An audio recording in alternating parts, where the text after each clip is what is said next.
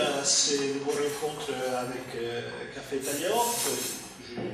Désolé pour le retard, question d'organisation comme d'habitude. Café Italia Off, bon, la plupart d'entre vous connaissent déjà l'association, une association qui est née il y a 2 ans environ. Au début, c'était le rencontre entre des Italiens qui habitaient à Strasbourg et qui n'aimaient pas trop l'image que Berlusconi donnait de l'Italie. Mais non, ça a changé, mais pas trop. Et on est toujours là.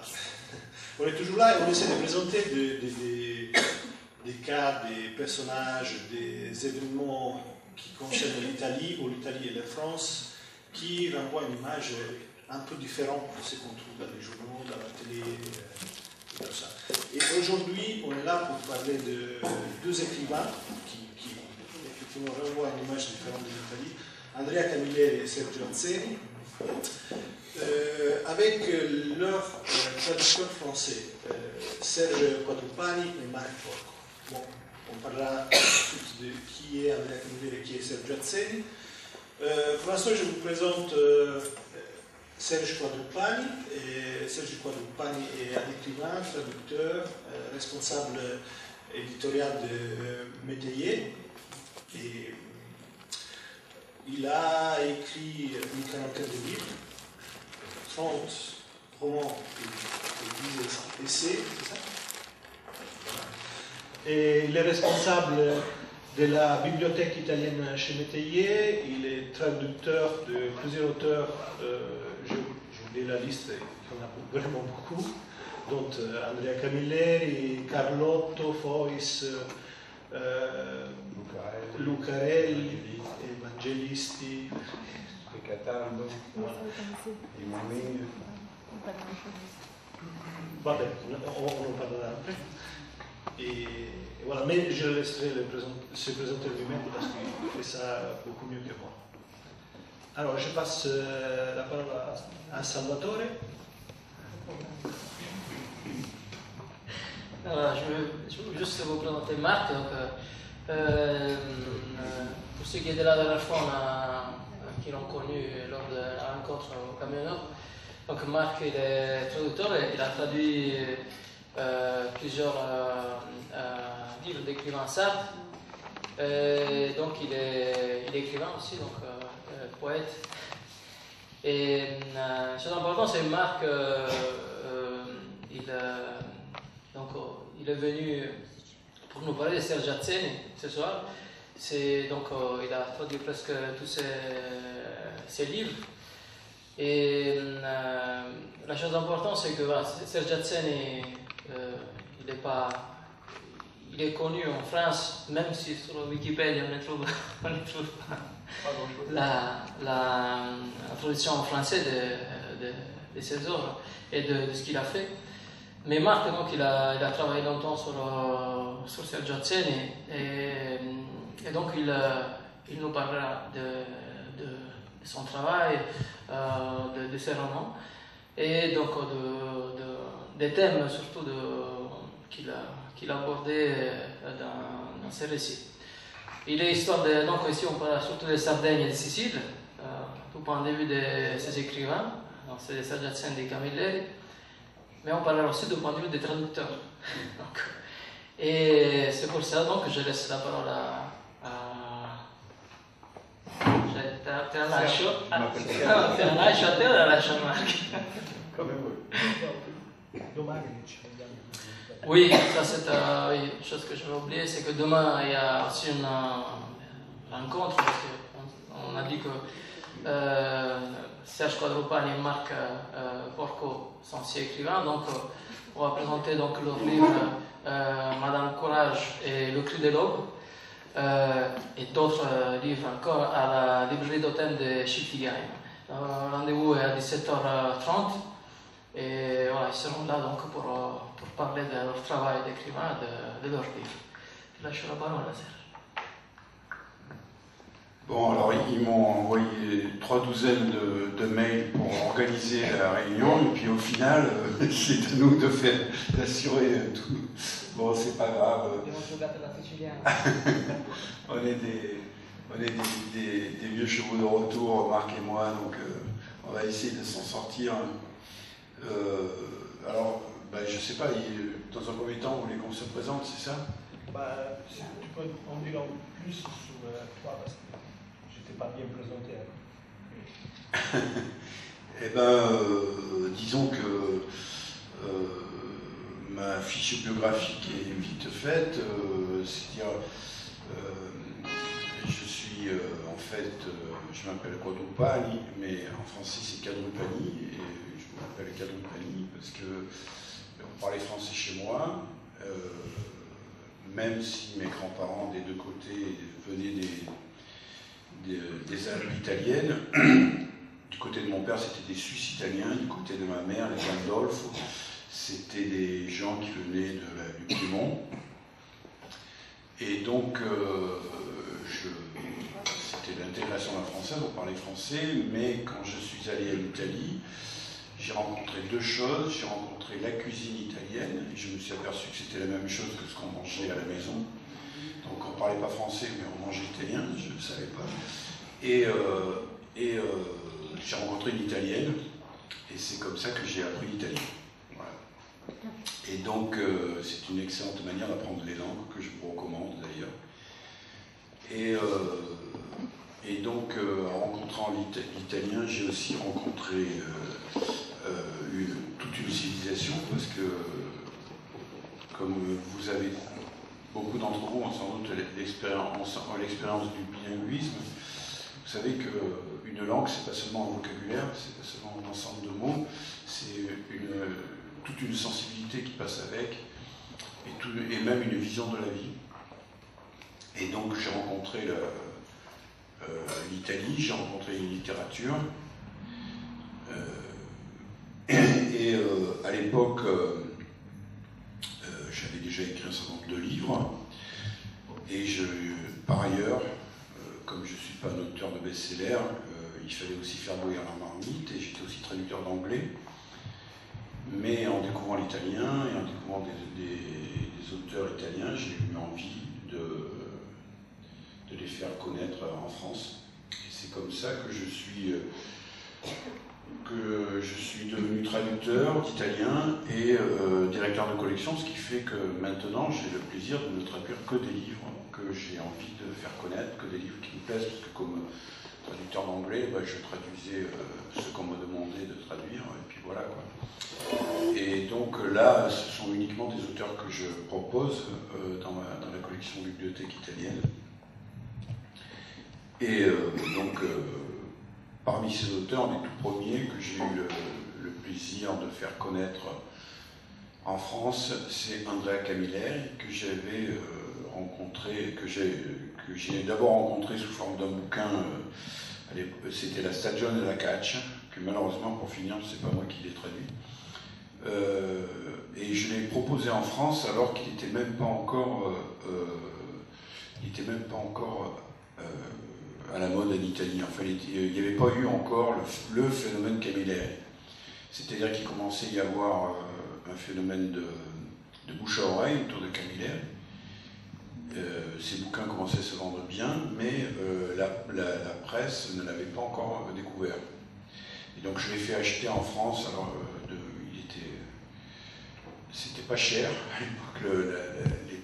Les premiers bouquins que j'ai fait acheter par le Fleuve Noir, c'était pas cher. Et puis après, quelques mois plus tard, a explosé le phénomène Camilleri.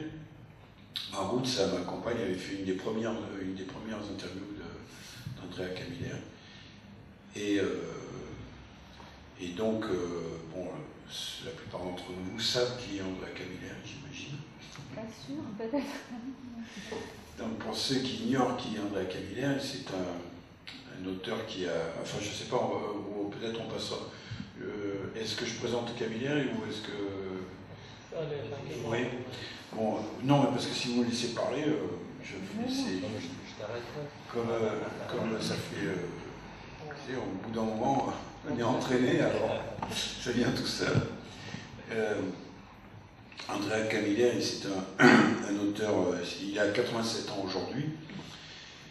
Enfin, pas aujourd'hui, mais il y a quelques jours, il a fêté ses 87 ans. Et, excusez-moi. en fait, c'est quelqu'un qui a commencé, qui a eu une carrière. En fait, il a commencé en écrivant c'était donc il est sicilien de la région d'Agrigente, qui est plus précisément de Porto Empedocle. Et dans ses romans, il y a toujours deux villes, c'est Vigata, qui est en fait Porto Empedocle, et Montelusa, qui est en fait Agrigente. Et il y a toujours une rivalité entre les deux villes. Porto Empedocle, en fait, c'est le port d'Agrigente.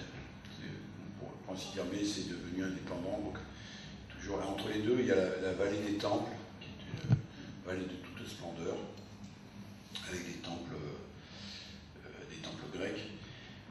Et donc, il est de cette région, et d'abord, il a écrit des poèmes. C'était d'abord un poète, comme notre ami Marc, ici présent. C'est d'abord avant tout un poète. Et c'est assez d'ailleurs curieux le nombre d'auteurs qui sont à la fois de gens qui ont écrit des polars et qui étaient des poètes aussi en même temps. Il y en a un certain nombre. Par exemple, Jean-Claude Izzo a écrit des poèmes, a commencé par des poèmes, ou quelqu'un comme Jérôme Leroy qui a écrit un bouquin, un polar magnifique qui s'appelle Le Bloc. C'était aussi d'abord un poète. Il y a un lien sur lequel il faudrait réfléchir entre le roman noir et la poésie.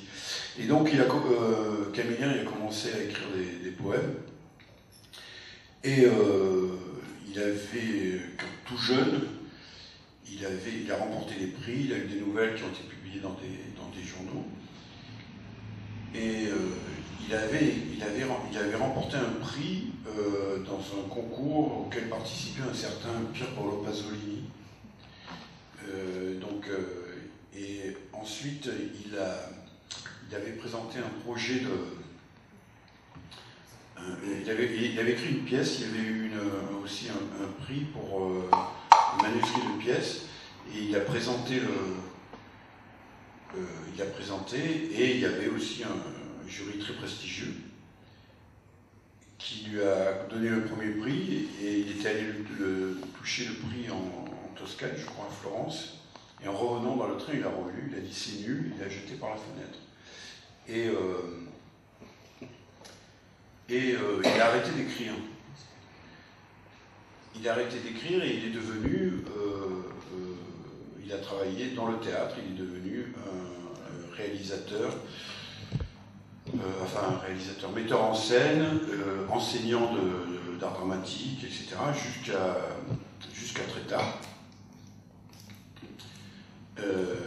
Il a eu vraiment du succès. Il a été producteur d'une série des adaptations de Simenon, un Italien pour la télévision, avec cet acteur très connu, Gino Cervi. Et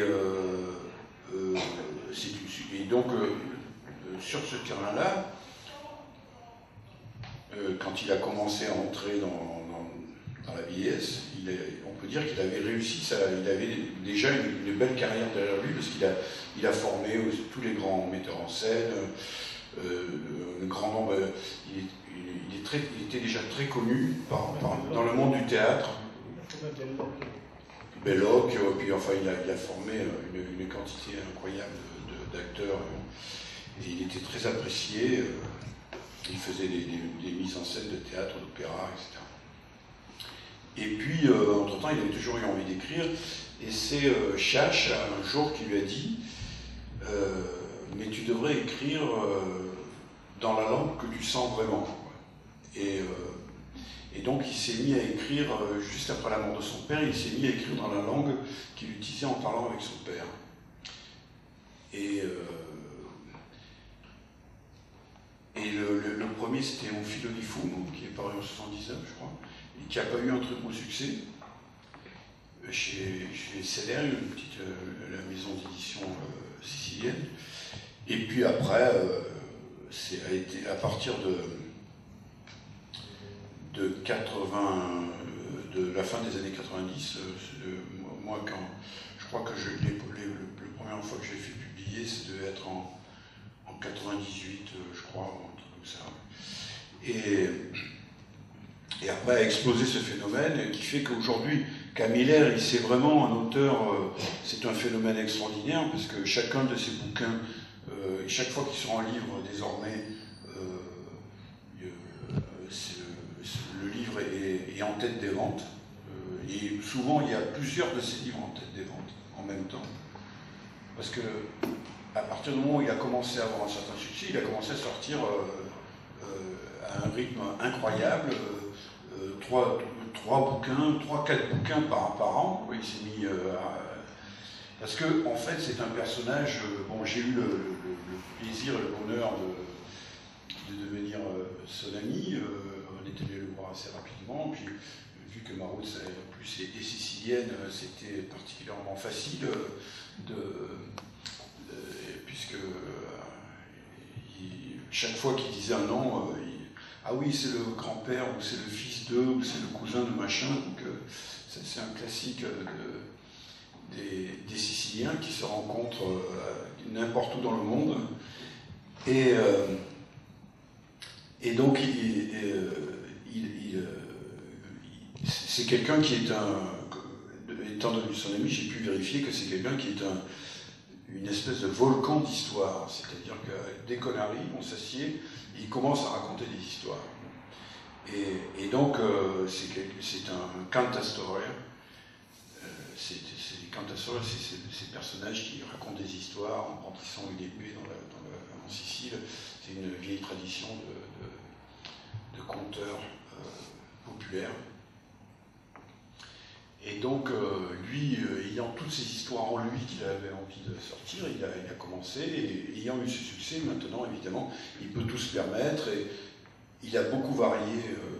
Il a une série qui a remporté un succès phénoménal, c'est la série du commissaire Montalbán, que je traduis en français, je traduis tous ces Montalbán. D'autant qu'elle était portée à la télévision, qu'elle a un certain succès. À mon sens, à mon goût, je trouve qu'elle est beaucoup plus fade que le livre, que la série des bouquins. Mais en tout cas, elle a eu, du coup, on peut dire, pour moi je vais conclure là-dessus, parce qu'il faut un peu laisser parler l'ami Marc. Pour moi, Camiller, c'est à la fois, c'est un phénomène. Je pense qu'il n'y a pas d'équivalent, en tout cas il n'y a pas d'équivalent en France, il n'y a pas d'équivalent que je connaisse vraiment dans d'autres pays. Les Italiens ne s'en rendent pas compte, je pense. Les Italiens ne se rendent jamais compte de leur vraie richesse. Camiller est à la fois un grand auteur populaire, mais grand auteur populaire de mille façons, c'est-à-dire pas seulement parce qu'il a un grand succès commercial, mais aussi parce qu'il a vraiment touché quelque chose de profond en Italie, qui est le rapport à la langue, aux langues régionales, au fait qu'il y avait, depuis que Camiller a eu ce succès, il y a une énorme quantité d'auteurs qui se sont mis à écrire des bouquins où intervenait beaucoup la langue régionale. Ça, c'est des choses que j'ai constatées vraiment dans tous les bouquins auxquels je me suis confronté.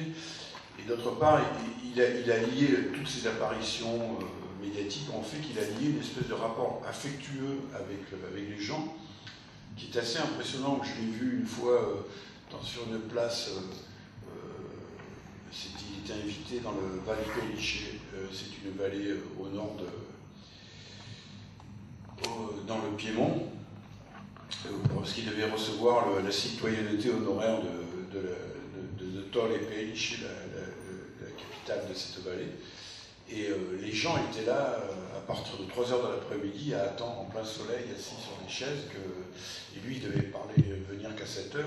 Et ensuite de le voir parler à 3000 personnes serrées sur la place, les gens aux fenêtres et tout ça, sur une place de village, enfin une petite ville, c'était vraiment émouvant, quoi, parce qu'on avait l'impression qu'il y avait un rapport, c'était le grand-père que tout le monde avait envie d'avoir, quoi. Et il est donc à la fois un auteur, un vrai romancier populaire. Moi, si je pense à la France, il est aussi par ses engagements politiques, puisqu'il était très en pointe contre Berlusconi, et donc il y a toute une partie des gens qui se sont reconnus en lui. Il me fait penser il m'a fait penser à Victor Hugo, tout simplement. C'est-à-dire que ce personnage qui arrivait à avoir cette espèce de rapport de rockstar avec les gens, et en même temps quelque chose de plus sympathique que le pur succès commercial. Et c'est en même temps un grand écrivain de coup, à mon avis. Il a écrit, alors c'est vrai que la série des Montalbán, c'est une série qui a toutes les caractéristiques du roman de gare, avec des aspects parfois un peu faciles peut-être, en tout cas à la lecture très facile, et en même temps avec un côté de roman feuilleton. On a l'impression de lire un roman feuilleton avec toujours les mêmes personnages qui reviennent, etc.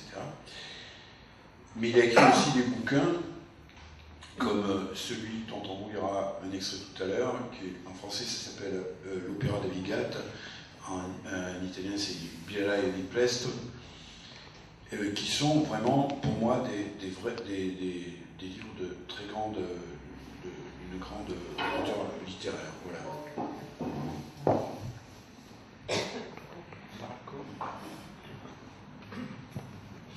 Les livres, il faut les lire, pas les cacher, disait la banderole tenue par deux dames d'âge différents, mais d'apparence également convenable.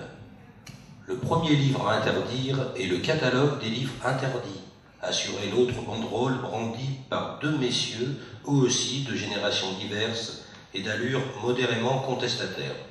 Donc il s'agit d'une manifestation, des gens manifestent parce que en Italie, on va interdire des livres. Et pourquoi manifestent ces gens ? Ces gens manifestent parce que des adjoints à la culture et à l'instruction publique de la province ont dressé des listes de livres à retirer des bibliothèques municipales et de celles des écoles. Roberto Saviano, Andrea Camilleri et aussi tous ceux qui ont signé un texte en faveur de Cesare Battistini. Vous vous rendez compte ? Manifester pour une histoire de livre. Voilà. Donc c'est un petit extrait du livre de Serge qui s'appelle Madame Courage. Et donc je voulais lire ce petit passage pour vous montrer le rapport entre le traducteur et l'auteur. Donc Camilleri, oui, le sicilien. Alors moi je suis Marc Porco, donc nom d'origine sarde, parce qu'il faut. Je vais suivre un peu le fil conducteur que m'a tendu Serge. Donc j'ai un nom d'origine sarde, ma mère est sicilienne, je suis né en Tunisie, je suis arrivé en France à l'âge de 3 ans, donc ma langue maternelle a été le français. Voilà. J'ai entendu dans mon enfance un peu de sicilien par mes grands-parents siciliens, un peu de sarde par la famille de mon père sarde, mais bon, j'étais français. Voilà, je suis allé à l'école en France, etc. J'ai découvert la poésie française, je suis devenu entre guillemets un poète, et j'ai eu dans mon adolescence envie de connaître la culture italienne et surtout ses poètes. Donc j'ai découvert la poésie italienne, j'ai traduit des poètes italiens, etc. J'ai renoué les liens avec la Sardaigne, où j'ai découvert des grands écrivains, entre autres Grazia Deledda, la femme qui a eu le prix Nobel en 1927. Et d'ailleurs, c'est quelque chose, c'est assez drôle parce que je me souviens que Grazia Deledda et Pirandello, l'autre grand sicilien du début du XXe siècle, n'étaient pas très amis. Il y avait de la part de Pirandello à l'égard de Grazia Deledda un certain mépris, je dirais. Voilà, donc ceci pour l'histoire. Et donc continuons, voilà. Donc je redécouvre la Sardaigne, et un jour arrive chez moi un jeune cousin sarde qui me donne un livre ce livre s'appelle Il figlio di Bakunin de Sergio Alzeni. Et ce jeune cousin me dit, mais lis ce livre, il va te plaire, il va t'intéresser.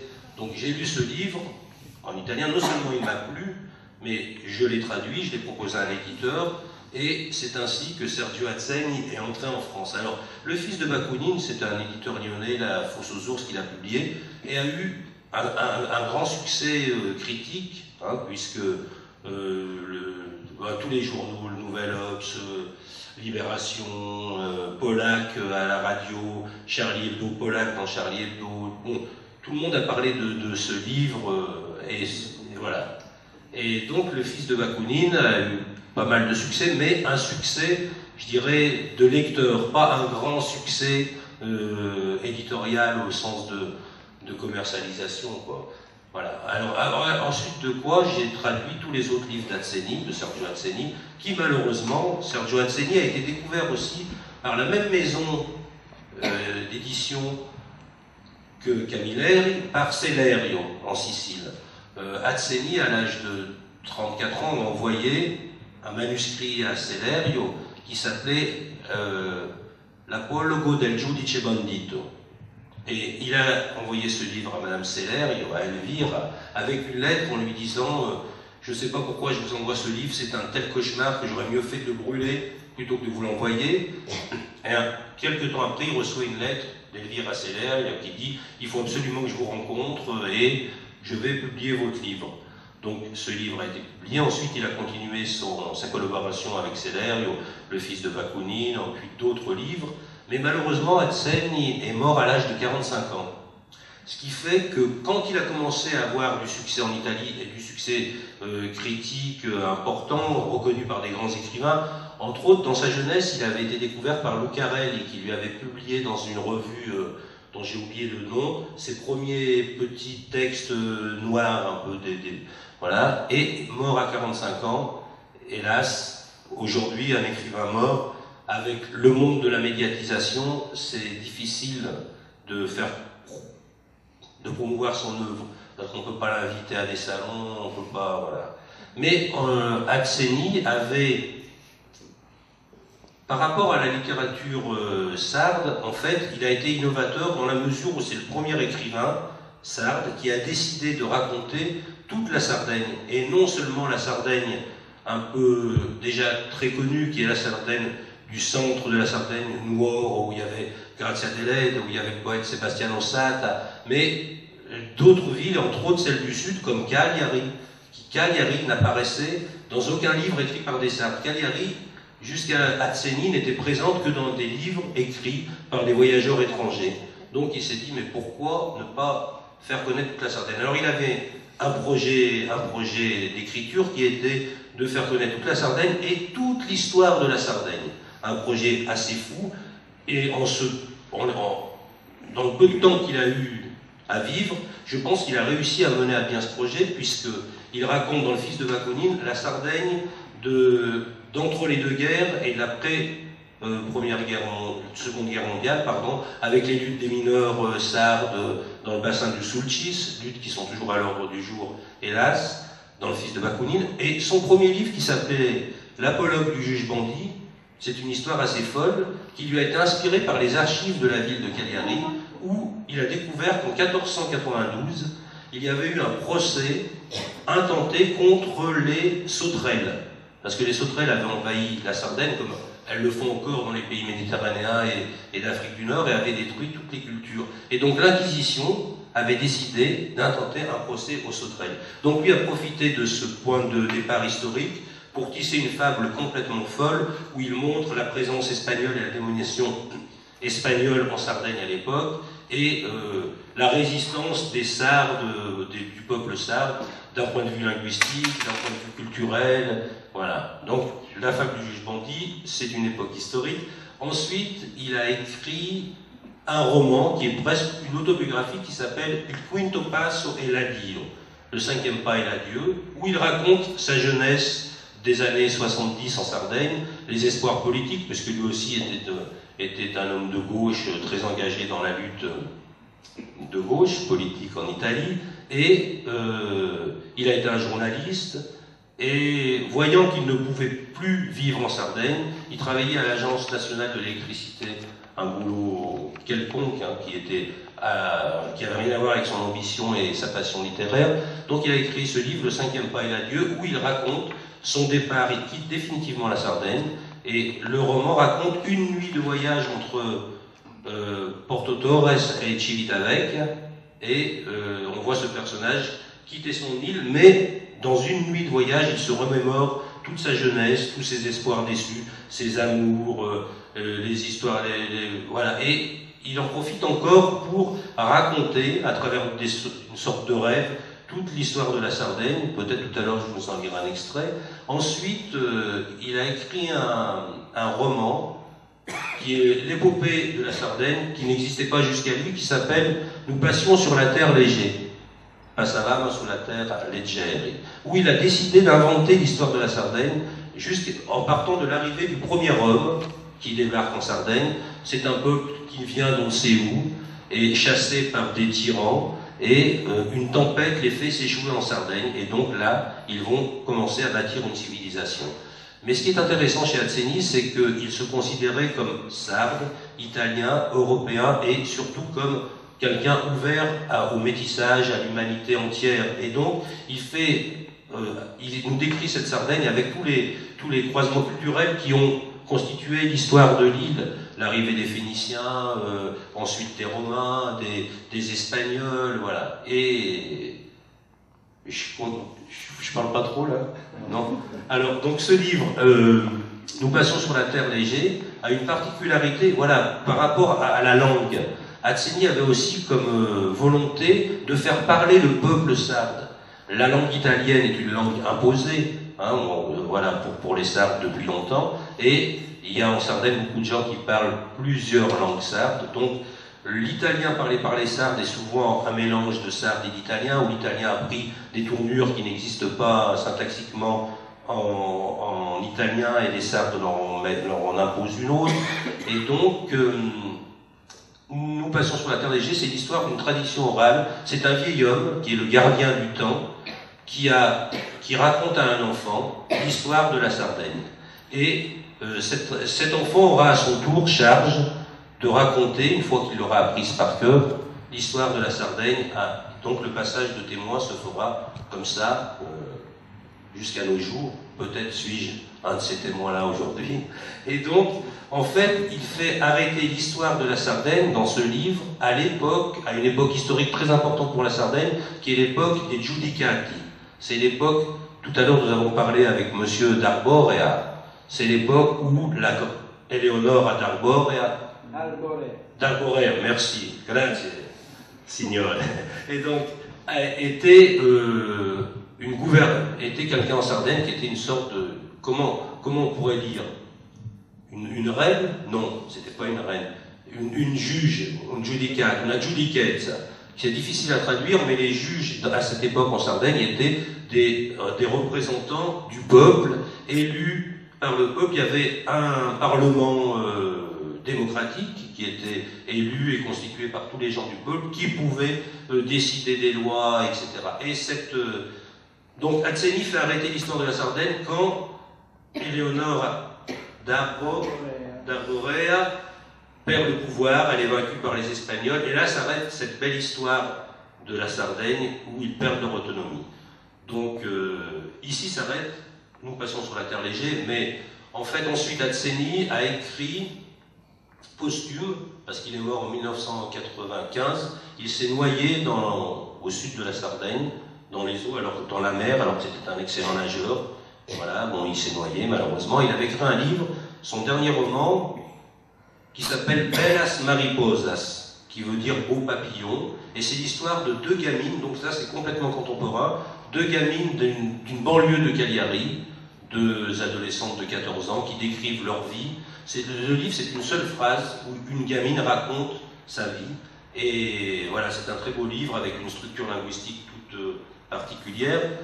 Et pour en finir avec Atzeni, je dirais, il y a eu de son œuvre ont été tirés deux films. Le premier, Le fils de Bakounine, qui s'inspire du livre Le fils de Bakounine, et le deuxième qui vient d'être terminé et qui a été présenté à Venise cette année et qui a eu qui a été signalé où il a eu un prix spécial, Bellas Mariposas, qui raconte la vie de ces deux adolescentes. Le premier a été fait par Salvatore Cabido et le deuxième par Salvatore Mereu, qui a déjà fait un film, peut-être que vous avez vu, qui s'appelait Ballo a tre passi, un film qui a été présenté aussi en France. Alors, comme Serge, qui n'a pas traduit, je ne sais plus quel livre de Camilleri, j'ai eu le malheur de ne pas avoir traduit Bellas Mariposas, pour une bête histoire d'éditeur qui n'a pas su être assez attentif. Et voilà, c'est mon grand regret. Mais peut-être que si le film a du succès, peut-être que ça relancera le livre, et j'essaierai à ce moment-là de le traduire.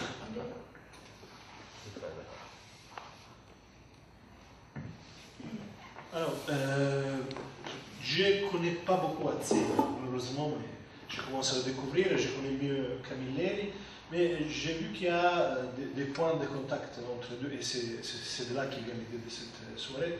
Par exemple, la langue, vous avez parlé de la langue de Camilleri, de la langue de Azzeni, le fait qu'ils utilisent une récupération, et dans le cas de Camilleri, même une réinvention de la langue, pour se relier aux traductions et pour faire passer aussi des concepts politiques.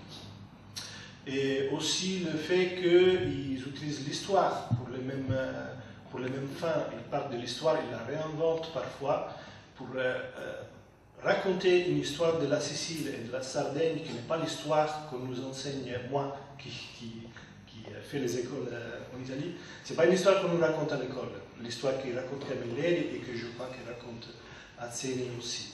Et voilà, je voulais savoir qu'est-ce que vous en pensez de ces deux points pour commencer.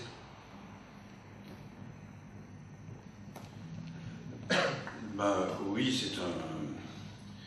c'est un point central dans l'œuvre de Camilleri, c'est son usage de la langue. Donc, Camilleri, comme je vous ai expliqué, il a commencé vraiment alors, parce qu'il expliquait qu'avant, il avait écrit des dizaines de nouvelles en italien standard, et puis mais il n'arrivait pas à écrire de romans. Il n'avait pas le souffle pour écrire des romans. Et en fait, il a trouvé le souffle quand il a trouvé sa langue. Et donc, la langue de Camilleri est une langue qui est une langue largement recréée, qui utilise, que j'appelle l'italo-sicilien, c'est-à-dire que c'est pas du dialecte sicilien pur, et c'est pas de l'italien en plus, c'est une langue pleine de régionalisme. Alors, pour ceux qui l'ignorent, l'Italie n'a pas, comment dire, n'a pas réalisé l'unité linguistique comme l'a fait la France, parce que, comme vous le savez certainement, l'Italie n'a fait son unité politique que depuis la fin du XIXe siècle.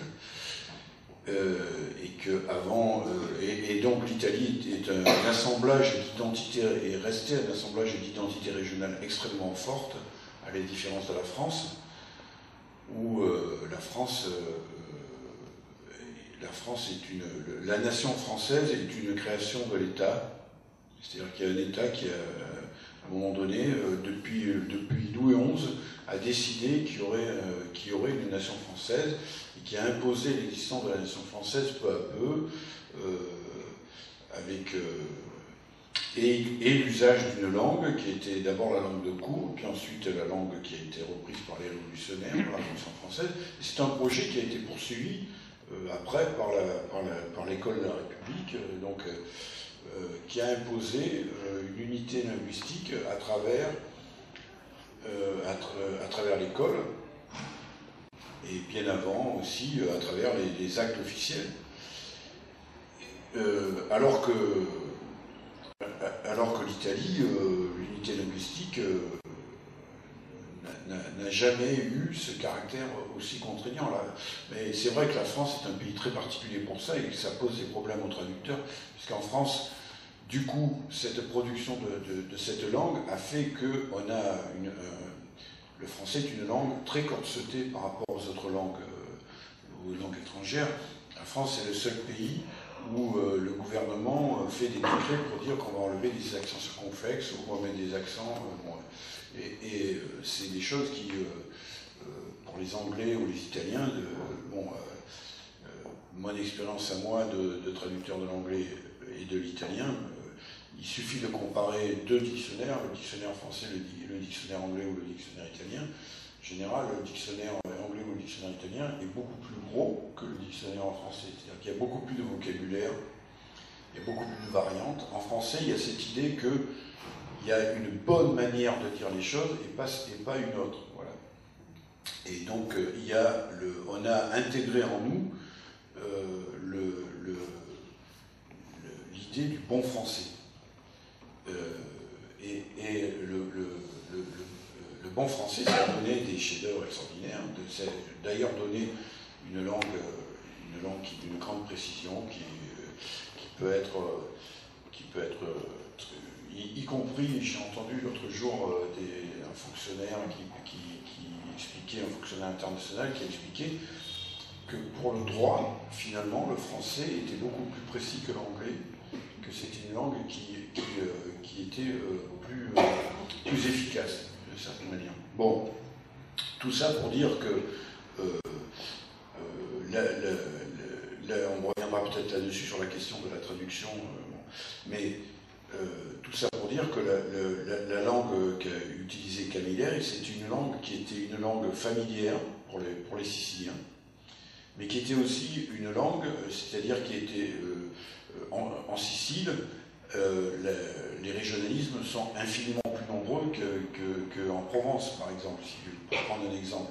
C'est-à-dire que il y a toutes sortes de mots d'usage courant, il y a un régionalisme pour eux. Si vous allez en Provence, vous allez en Provence, vous demandez comment vous dites regarder, on vous dira regardez. Si vous allez en Sicile, vous leur demandez comment vous dites guardare, eh ils vous disent tagliare. Donc même pour un mot d'usage aussi courant, il y a un régionalisme qui est encore très présent. Donc Camilleri est parti de ce bassin linguistique qui est beaucoup plus fourni, et en plus, disons qu'il y a dans sa langue une forte influence du parler de la région d'Agrigente. Il utilise des mots de sa jeunesse que même aujourd'hui certains Siciliens ne reconnaissent pas. Il utilise des mots parfois d'ailleurs, etc. Donc c'est effectivement d'une certaine manière, dans une large mesure, une recréation. Et en même temps, alors, en plus, il joue très normalement là-dessus, parce que il y a toujours plusieurs niveaux de langue dans ses écrits. Quand le commissaire Montalbán rencontre un vieux copain d'enfance qui est devenu qui est un mafieux, il lui parle directement en dialecte, c'est du dialecte strict, quoi. Mais sinon, quand il va parler avec son supérieur ou avec le préfet, il va parler en italien standard. Et donc, ou quand il parle avec son amie suédoise, il n'utilise pas la langue régionale, il utilise. Donc, il y a trois niveaux de langue déjà dans ce qu'il utilise. Mais, quand c'est le narrateur, alors en plus, il y a une évolution dans ses écrits, parce qu'en fait, Camilleri, il a appris le sicilien à toute l'Italie. C'est-à-dire que dans les premiers de la série des Montalbán, le narrateur utilise des régionalismes, mais pas tout le temps. Et il n'utilise pas tout le temps. Aussi, il y a des mots qui sont simplement des mots italiens, mais déformés par la prononciation. Par exemple, pensare, il écrit pensare. Donc, toutes ces déformations ont été de plus en plus présentes dans la voix du narrateur. Donc, sa langue est devenue de plus en plus présente dans ses écrits.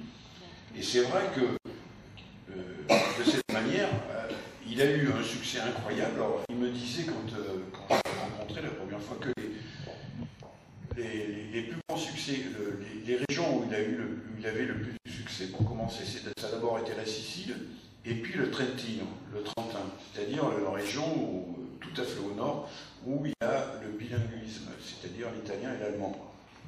Donc les gens sont confrontés à ces questions de langue.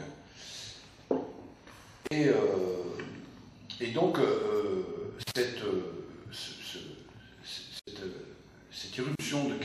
sur la scène littéraire, a fait qu'il a largement contribué à faire reconnaître l'importance des langues régionales. Et comme je vous disais tout à l'heure, il y a maintenant de plus en plus d'auteurs italiens qui utilisent des langues régionales dans leurs écrits. Et maintenant, quand j'arrive à Palerme, je vois des panneaux de publicité avec des phrases en sicilien, alors qu'il y a 10 ans ou 15 ans, c'était inimaginable. Voilà. Donc voilà pour la langue de Camilleri. Après, on parlera des questions de traduction, si vous voulez. Juste, Serge disait qu'il voit des panneaux publicitaires en sicilien. Une chose m'avait aussi... Il y a une chose aussi qui est très étonnante, c'est que vous connaissez tous la société de téléphonie ou d'internet Tiscali. Tiscali, c'est tiré de l'œuvre d'Atsegna, Nous passions sur la terre léger. Et Tiscali, c'est une montagne en Sardaigne, où Atsegna raconte que les Sardes se sont réfugiés lorsque les envahisseurs sont arrivés, et que c'est grâce à ce lieu, et d'ailleurs ça a une signification dans la langue qu'il a inventée, parce qu'il a inventé la langue des Antiques, des anciens Sardes, une langue qui n'existe pas. Par exemple, il dit que Sarde, ça veut dire danseur des étoiles. Tiscali, je ne sais plus exactement, mais Is, c'est la lune. Ouais, il y a plein de choses comme ça. Et c'est... par exemple, il a redonné des... Il recite dans ce livre plein de lieux qui existent en Sardaigne et il leur donne une signification particulière et poétique. Et j'ai vu des gens en Sardaigne s'émouvoir au nom d'un lieu, mais en pensant au nom qui était évoqué, qui lui a été attribué par le roman.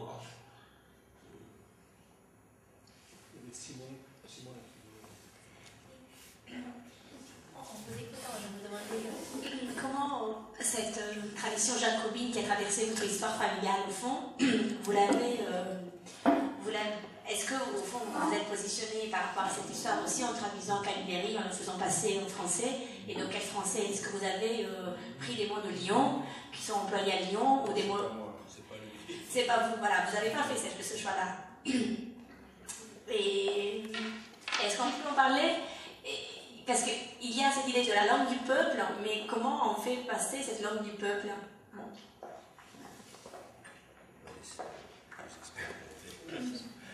Alors, vous ne pouvez pas me faire plus grave offense que de me dire que c'est moi qui ai fait ça, parce que je ne suis pas du tout d'accord avec les choix de l'autre traductrice. C'est génial, j'essaie de comprendre le pédagogique. Non, parce que justement à cause de cette différence entre le français et l'italien, et l'italien en général, les Italiens, entre le français et les Italiens, les langues italiennes, je pense que c'est une démarche fausse dès le départ de vouloir transposer la langue de Camilleri dans une langue régionale, quelle qu'elle soit, une langue régionale française, quelle qu'elle soit. Pour vous en deux mots, si vous allez à Palerme, que vous parlez comme un personnage de Camilleri, on vous comprendra. On se dira peut-être celui-là de quel village il arrive, mais on vous comprendra. Si vous allez à Lyon aujourd'hui, que vous parlez dans le lyonnais, c'est-à-dire la langue qu'a utilisée Dominique Vitoz pour traduire Camilleri, personne ne comprendra. C'est toute la différence. C'est-à-dire qu'elle a choisi de traduire Camilleri dans une langue morte. Et donc, elle est obligée de mettre un glossaire à la fin. Elle a traduit une langue vivante en une langue morte. Et je trouve que c'est une démarche complètement erronée. Et je l'ai dit, elle ne me l'a jamais pardonné, je m'en fous complètement. Mais voilà, elle est obligée de mettre un glossaire à la fin de ces traductions. C'est une traduction qui a besoin d'être retraduite. Donc, il y a quelque chose qui ne va pas. Donc, moi, j'ai choisi une autre voie plus difficile et qui est une sorte de bricolage, c'est-à-dire que j'ai essayé de faire, j'ai utilisé toute une série de procédés pour essayer de faire sentir en français ce que ressentent les Italiens qui ne sont pas siciliens quand ils lisent du Camilleri, c'est-à-dire un sentiment à la fois de familiarité et d'étrangeté. Et pour ça, évidemment, j'ai dû bousculer le bon français. Mais je ne suis pas le seul à bousculer le bon français, heureusement. Et donc, les procédés que j'ai utilisés, par exemple, j'ai pris le parti de la littéralité, par moment. Quand Montalbano décroche son téléphone, il dit toujours Montalbano sonne, au lieu de dire je sonne Montalbano. Il dit Montalbano sonne, c'est-à-dire qu'il dit Montalbano je suis, traduit littéralement. Si je le traduis en français, il faut dire allô Montalbano l'appareil. Mais si je traduis comme ça, on perd tout à fait le sucre, le plaisir de la langue. Donc j'ai choisi de traduire littéralement par Montalbano je suis. D'autre part, il y a les déformations que je vous disais, comme pensare, pinzare. Bon, pour moi, c'était assez simple. Penser, je traduis par penser. Pinzare, j'ai traduit par penser, P-I-N-S-E-R. Et quand il écrit pensare, parce que parfois ça revient à l'italien standard, je traduis par penser, évidemment, tout à fait normalement. Il y a. Oui, par exemple, un autre exemple de littéralité, c'est l'usage du passé simple en sicilien, qu'est fou, pour dire qu'est-ce qui se passe, et en fait ça veut dire qu'est-ce qu'il fut, si on le traduit littéralement, qu'est-ce qu'il fut.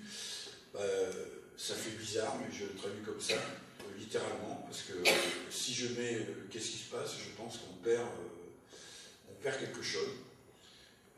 D'autre part, il y a aussi j'ai essayé d'utiliser des mots du sud de la France, mais des mots qui sont connus, comme galéger ou galéger pour traduire babiale, par exemple, ou le problème un mot qui est beaucoup utilisé, piccirito, le gamin.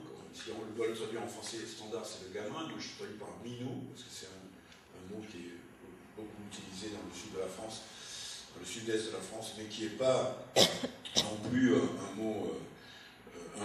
Beaucoup de gens, y compris au Nord, comprennent ce que ça veut dire. Parce que pour moi, c'était important de ne pas le traduire, de ne pas le transformer non plus en bagnole, quoi. Je ne voulais pas que ça devienne, que Camilleri il devienne un auteur provençal, quoi. Donc, j'utilise quelques mots du Midi, mais c'est un saupoudrage. Je ne veux pas non plus.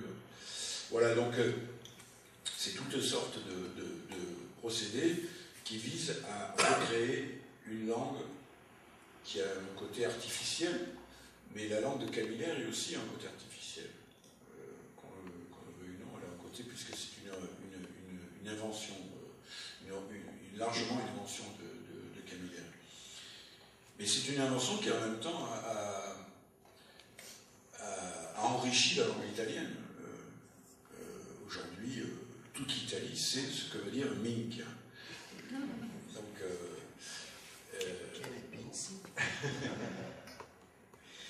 et donc, si je peux. Oui.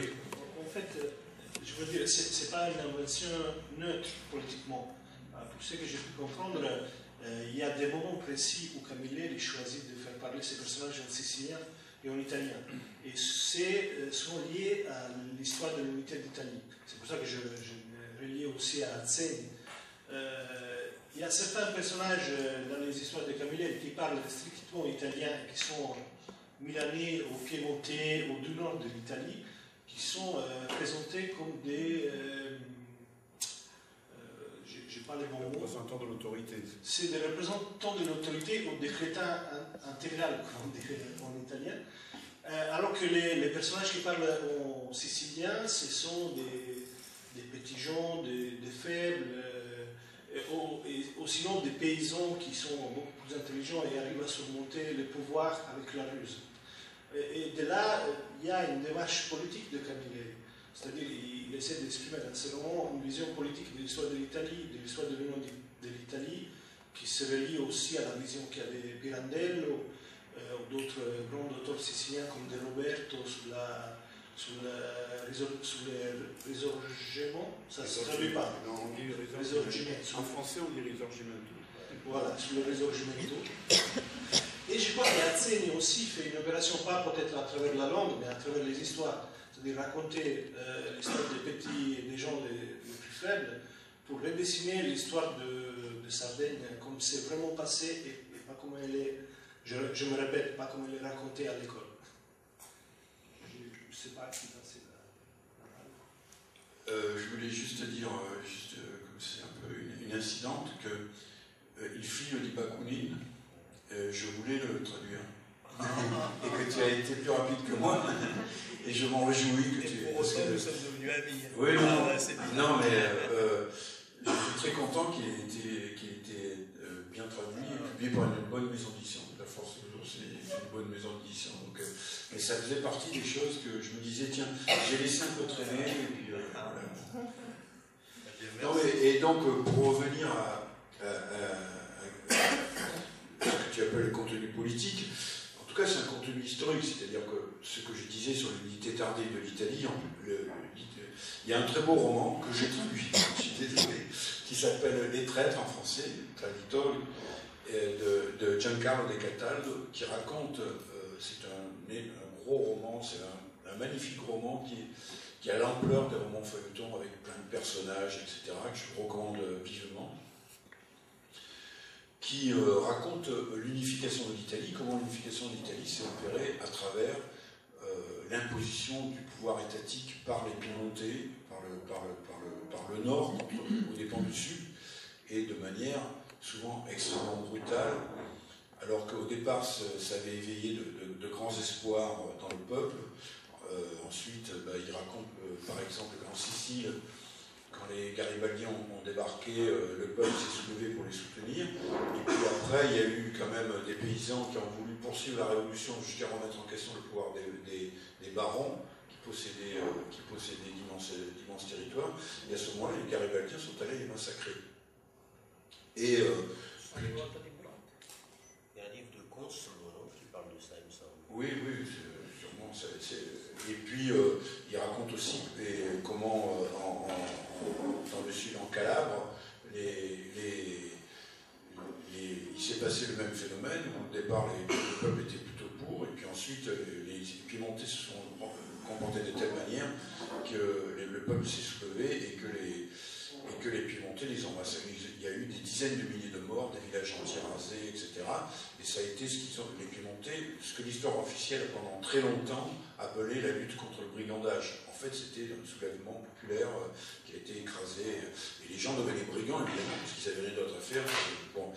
Et donc, il y a cette opposition entre l'État central et représenté souvent par des gens du Nord, les Piémontais, les Florentins au maximum, et les Romains, parce que les Romains c'est autre chose, parce qu'il y a la capitale qui est là, mais les Romains c'est des gens du Sud, alors c'est toujours un peu ambigu, qui est très présente dans le sens où le roman qui explique le mieux ça, à mon avis, enfin il y a deux romans, il y a l'Opéra de Ligate, dont on lira un passage tout à l'heure, et un autre roman que j'ai traduit qui était une négation extraordinaire qui s'appelle le coup du cavalier, la Mossa del Cavallo, en italien. Et là, l'histoire, c'est celle d'un jeune Sicilien qui a été envoyé pour une histoire familiale à Gênes, où il a oublié le sicilien, il a intégré le dialecte génois. Il retourne plus tard en Sicile comme au service des impôts, pour collecter l'impôt sur le blé. Et au début, son flux de pensée que reproduit Camilleri est en génois. Alors bon, là, pour moi, ça a été effectivement très compliqué parce que pour faire sentir, parce que je ne pouvais pas. Donc j'ai été obligé par moment de laisser de larges passages de génois avec la traduction française juste après, pour qu'on sente que c'était vraiment une langue complètement différente. Mais ce qui est intéressant dans l'histoire, c'est que donc il arrive, il pense comme un génois, et puis il découvre peu à peu la Sicile, et au fur et à mesure qu'il il découvre des mots, des phrases, et des mots, et à travers ces mots, il découvre des concepts, des manières de voir le monde. Et il tombe dans un piège qui lui est tendu par la mafia et par les puissants locaux. Et il ne sortira de ce piège qu'en commençant à redécouvrir en lui le sicilien. Il se remet à parler sicilien. Et là, il réussit à renverser les forces en sa faveur, c'est-à-dire en acquérant les manières de penser de la Sicile. Ce bouquin c'est une description assez impressionnante. C'est dommage que sur le plan de la traduction, c'est vraiment le défi ultime, quoi. Bon, c'était très difficile à faire. Mais en tout cas, je vous recommande. Et donc, cette opposition entre une société civile, la Sicile et tout le sud de l'Italie, la société civile a appris à vivre à côté de l'État, en dehors de l'État d'une certaine manière. Parce que l'État était toujours une force extérieure, alors la Sicile en particulier, parce que la Sicile, c'était toujours des pouvoirs étrangers. C'est une île qui a été dominée par toute une série de dominants venus d'ailleurs. C'était le cas aussi en grande partie dans tout le sud de l'Italie, c'est-à-dire des maisons, des maisons nobles qui venaient de. Il y a eu les Français, il y a eu les Espagnols, les Catalans, enfin les Castillans, les Catalans, les Normands avant, bon, etc. Et face à tous ces dominants extérieurs, la société sicilienne a toujours considéré l'État comme étant étranger à son être profond, et donc c'est toujours arrangé, a fait fonctionner la vie commune à côté. Et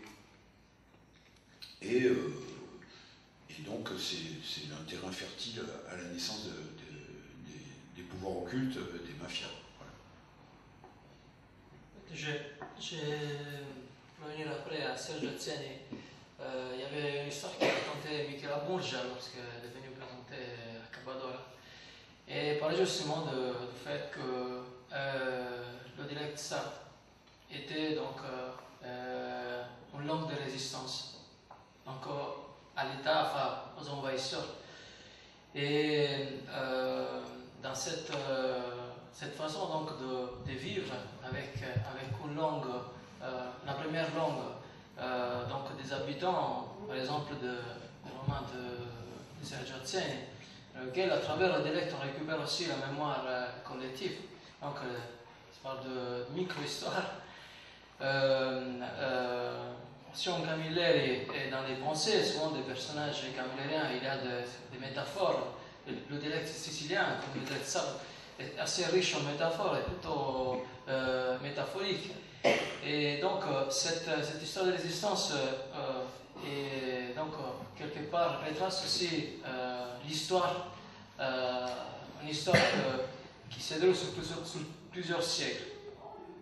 Dans le livre, donc, par exemple, Le Fils de Bakounine, qui a eu beaucoup de succès, c'est vrai que il y a une interrogation au départ qui est lancée par Azzeni, c'est comment récupérer l'histoire d'un homme.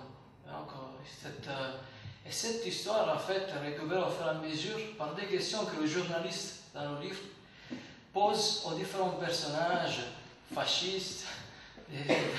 Il y a la sorcière haïtienne, il y a le préfet, etc. Le souvenir de cette personne. Donc, et dans ce mélange de langues, les dialectes standards, le dialecte de telle personne, de telle autre personne, qui n'est jamais le même, on recompose comme ça l'histoire du fils de Bakounine. Donc Marc va expliquer ce phénomène mieux que moi. Merci Salvatore. Justement, je voulais lire un passage pour répondre aussi à la question sur l'histoire et illustrer ce que disait Serge par rapport au fait que en Sicile, l'État a toujours été considéré comme quelque chose d'extérieur. C'est aussi un peu le cas en Sardaigne. Et par rapport au fait que Azzeni utilise des mots sardes, oui, assez souvent, peut-être moins que Camilleri, mais assez souvent, il utilise des formes, des expressions sardes, et il en donne parfois une traduction en italien, mais une traduction très académique qui n'a rien à voir avec la force de la métaphore originelle dans la langue sarde, quoi. Il se moque un peu en gros, ça sera intraduisible en italien, parce que deux modes de pensée, deux langues, la langue, c'est aussi une façon de penser. Donc, un passage du fils de Bakounine, donc, il y a eu une grève en 1947 et dans les mines, et le directeur de la mine a été tué. Donc, en 1951, le procès a lieu, et donc un procureur arrive d'Italie, je ne sais quel... Et il raconte un peu ce procès, et on voit comment une communauté s'est constituée et comment elle résiste, comme disait Salvatore, à l'État, quoi. Alors c'est donc le procureur qui parle. Depuis le début du procès, j'avais la désagréable sensation que les accusés, les témoins et même le public, nombreux et attentifs, composés de mineurs et de leurs proches, tous savaient avec certitude qui avait tiré, mais qu'ils ne voulaient pas le révéler. J'avais aussi l'impression que chaque indice avait été falsifié, créé délibérément pour détourner notre attention de l'assassin, comme s'il avait accompli un acte que tous approuvaient, ou mieux encore, comme s'il avait été l'exécuteur d'une sentence qui émanait d'eux, de tous, érigés collectivement en juges. Comme vous le savez sans doute, souvent dans le passé, le code de l'Omerta a couvert des interactions complexes du corps social, regroupées sous l'étiquette générique de banditisme. De l'extérieur, on peut en avoir l'intuition, mais rarement le prouver. De nouveaux groupes dirigeants s'affirment dans le microcosme régional, ceux qui trahissent les règles transmises ou les gens malhonnêtes qui se soucient peu du bien commun sont punis. Nous ne savons rien de leur faute. Une sorte de justice est administrée selon des critères qui sont impénétrables de l'extérieur. Tout se passe au nez et à la barbe de l'État et de ses lois. Les homicides sont des signes que l'on voit de l'extérieur, mais qu'on ne peut comprendre à fond. Il nous manque toujours les motifs de la sentence, si je peux m'exprimer ainsi, ou mieux, ils manquent à nos yeux. La communauté concernée, elle, les connaît bien, etc., etc. Après, il y a une vieille qui vient témoigner, qui nous parle cansarde, qui se moque délibérément du juge. Voilà. Bon, c'est peut-être le moment aussi que tu... Alors j'ai demandé à Marc de lire un passage, parce que lui c'est un poète, donc un homme de l'oralité, donc il sait bien parler, il sait bien lire. Je lui ai demandé de lire, parce que moi je lis pas aussi bien que ce qu'il faudrait, je pense, Camille, donc je lui ai demandé de lire un passage, un petit passage un relativement petit passage de l'opéra de Vigat. Je le fais d'autant volontiers que j'ai appris que tu m'avais offert le fils de Bakounine. Non, je plaisante. Appelez-moi Emmanuel. Appelez-moi Emmanuel, ordonna son Excellence le préfet de Montelusa, le chevalier Dottore Eugenio Bortuzzi, en remettant à l'huissier une volumineuse chemise de formulaire déjà signée. Il est là dehors qui vous attend depuis une demi-heure. Toi, là, Orlando, tu es toujours une grande belle tête de on, dit le préfet avec son accent toscan qui éludait certains C. Tu devais me le dire immédiatement. Va. On aurait dit un tour de prestidigitation. L'huissier Orlando n'avait pas franchi le seuil que, carrément, à travers lui, l'effaçant, se matérialisa Emanuele Ferraguto, mieux connu dans la province et alentour comme Don Memme, ou plus simplement Utsu Memme, oncle Memme, et appelé ainsi surtout par ceux qui, avec lui, n'avaient aucun lien de parenté, même lointain. La cinquantaine, grand, sec, juste ce qu'il faut pour un homme sain, le vêtement d'assez bonne coupe, dont Memme esquissa une inclinaison du buste, un large sourire cordial plaqué sur le visage, dans l'attente que le préfet lui fît signe d'avancer.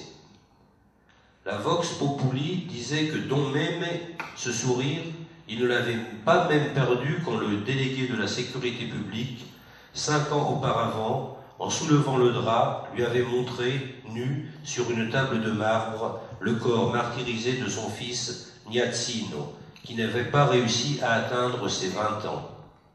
Après l'autopsie, toujours avec le même sourire, Don Meme avait demandé poliment des explications au médecin légiste, et celui-ci l'avait informé que, à son avis, avant de l'étrangler, il lui avait coupé la langue au jeune homme, et tranché les oreilles, crevé les yeux, arraché l'œillet et les couillons, dans l'ordre.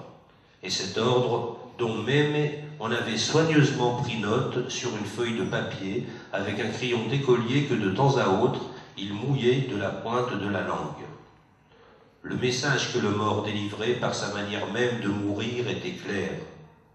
Qui avait tué le gosse le jugeait bavard et toujours prêt à foutre les filles à droite et à gauche, qu'elles fussent demoiselles ou bien mariées. Dans les 2 mois qui suivirent, Don Meme s'était consacré à de laborieuses transactions d'affaires, au terme desquelles, ayant cédé à d'autres la suprématie sur le domaine Cantarella, il avait reçu en échange, près d'une de ses maisons de campagne, les 2 assassins du fils, arrangés de manière qu'il ne pouvait pas même bouger un doigt. 2, disait toujours la voix du peuple, dont Meme avait voulu prendre soin personnellement, après s'être mis un tablier pour ne pas souiller de sang son costume.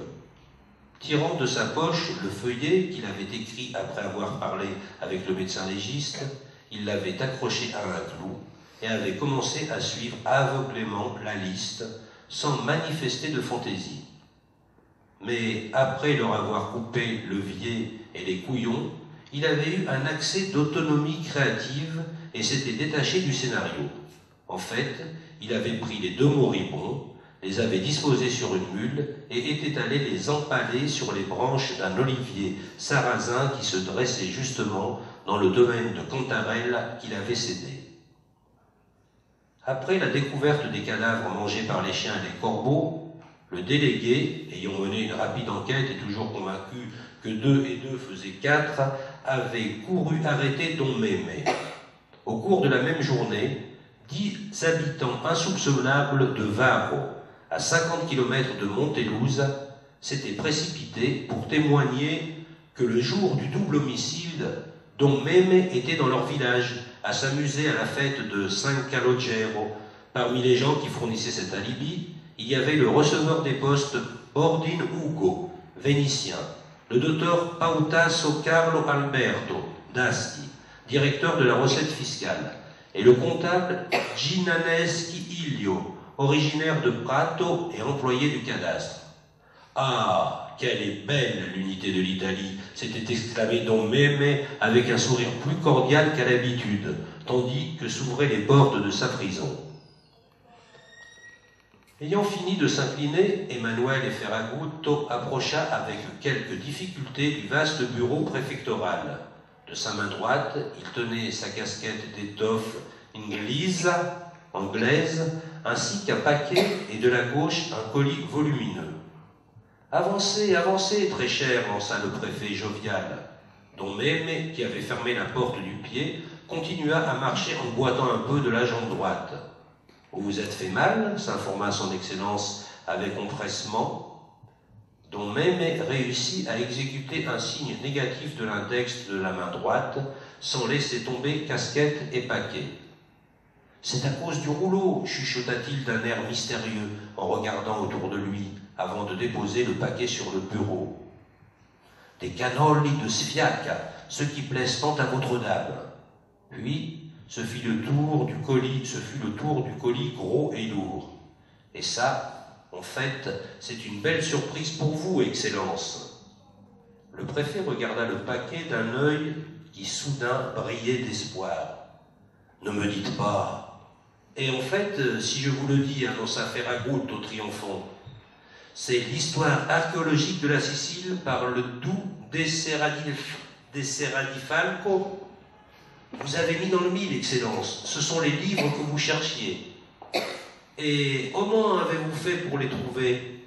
J'ai vu que le notaire Chimay les avait. Je les lui ai demandés courtoisement et lui, il me les a courtoisement offerts pour vous en faire don. Vraiment, je lui enverrai un petit billet de remerciement. Mieux vaut pas, Excellence. Et pourquoi pas? Il pourrait se sentir cocu et battu. Il a fallu insister pour le convaincre. Vous savez, le notaire, à ses livres, il y tenait. J'ai dû, comment dire, le forcer un petit peu, lui faire voir où était son intérêt. Ah, fit son Excellence en passant sur le colis une main amoureuse. Vous savez, Ferragut, je vous hacherai pas que les livres ouverts d'écriture m'ennuient, me hassent la tête. Je réponds mieux avec les dessins. Et par chance, les livres de Serra di Falco en sont pleins de dessins. Don Meme décida de mettre fin à l'intermède culturel. Que votre seigneurie m'excuse, Excellence, dit-il en commençant à déboutonner ses bretelles. D'un coup, le préfet se leva, courut à la porte, donna un double tour de clé, la glissa dans sa poche. Pendant ce temps, Ferragut avait tiré de la jambe droite du pantalon un long rouleau qu'il posa sur le bureau avant de se reboutonner en hâte. « Ça me faisait marcher tout tordu, dit-il. J'avais peur que le papier prenne des plis. Avec une loupara dans le pantalon, il n'y a pas de ce genre de problème. » Loupara, c'est un fusil de chasse à canon scié. Il rit longuement, tout seul, pendant que son Excellence déroulait la feuille. C'était l'épreuve d'imprimerie d'une affiche annonçant la prochaine représentation de l'opéra Le Brasseur de Preston pour l'inauguration du théâtre de Vigata. À la fin d'une lecture attentive, comme il n'avait trouvé aucune erreur, le préfet rendit le rouleau à Ferragut, qui le renfila dans son pantalon. « Nous sommes aux portes avec les pierres, très cher. »« Je ne comprends pas, Excellence. C'est une façon de dire de par chez moi. Cela veut dire que désormais, il nous reste très peu de temps. Après-demain, d'ici 3 jours plus tôt, l'opéra sera porté à la scène et je suis très préoccupé. » Ils se frirent une pause, les yeux dans les yeux. « Moi, quand j'étais minot, je jouais au Commerdione, dit très lentement, rompant le silence, Emanuele Ferragut. »« Ah oui, fit quelque peu dégoûté le préfet qui s'imaginait les Commerdioni comme des espèces d'araignées velues et gluantes auxquelles le petit Ferragut arrachait les pattes une à une. »« Oui, continua Don Meme, comme on les appelle par chez vous, ces jeux que les minots fabriquent. »« C'est un joujou, l'interrompit le préfet, visiblement soulagé. »« Oui, mon bon monsieur, on prend une feuille de papier de couleur, on la coupe à la forme, on y colle 2 baguettes d'osier avec de la colle à farine, puis on l'envoie en l'air attaché à une cordelette. »« J'ai compris, les cerfs-volants, s'exclama son Excellence. »« Les cerfs-volants, oui, mon bon monsieur, on y jouait de côté de Punta Raisi, près de Palerme. Vous le connaissez, l'endroit ? » Quelle question, Ferragut. Vous savez très bien que moi, je n'aime pas sortir de chez moi. La Sicile, je la connais bien sur les dessins. C'est mieux que d'y aller en personne. Pour les Commerdioni, c'est un endroit nul, Punta Raisi. Certaines fois, il n'y avait pas de vent, et il n'y avait ni Dieu ni diable qui les fasse lever. Certaines fois, au contraire, du vent il y en avait, et le Commerdione, à peine décollé, encaissait une baffe de courant fort qui le faisait plonger et puis l'envoyer s'écraser contre les branches des arbres. Moi, Testard, je m'obstinais, mais je me trompais. J'étais dans l'erreur. Je me suis bien expliqué ? Son Excellence resta foudroyé par cette question inattendue. Merde, qu'est-ce qu'il y avait à comprendre dans cette histoire de cerf-volant et de vent contraire ? Non, vous ne vous êtes pas bien expliqué. Une éternelle tête de con, ce Florentin, il est, pensa Ferragut, et en conséquence, il répondit par une question. Votre Excellence me permet de parler latin ? Le préfet sentit une rigole de sueur lui couler dans le dos. Depuis l'instant où il s'était heurté à Rosae, il avait pris cette langue en grippe. Ferragut, en amphidance, à l'école, je n'étais pas très bon. Le sourire légendaire de Don Meme s'élargit.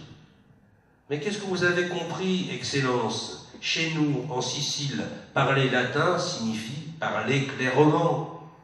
Et quand vous voulez parler de manière obscure, nous parlons en sicilien, Excellence. Allez-y, en latin.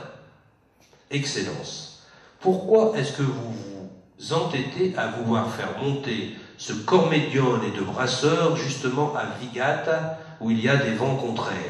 Croyez-moi, croyez l'ami que je m'honore d'être, ce n'est pas une bonne idée. Le préfet comprit enfin la métaphore. On va aller. À Vigata, bonne ou mauvaise idée, ils doivent faire ce que j'ordonne moi, ce que je dis et ce que je commande. Le brasseur de Preston sera présenté et aura le succès qu'il mérite.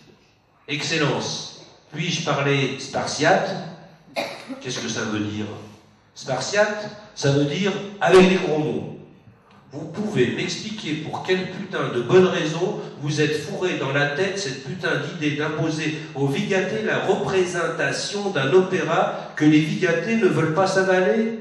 Votre Excellence veut peut-être faire arriver un 48, une révolution? Que de grands mots, Ferraguto.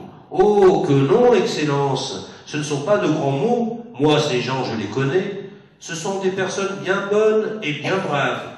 Mais s'il leur en prend la lubie, ils sont capables de partir en guerre.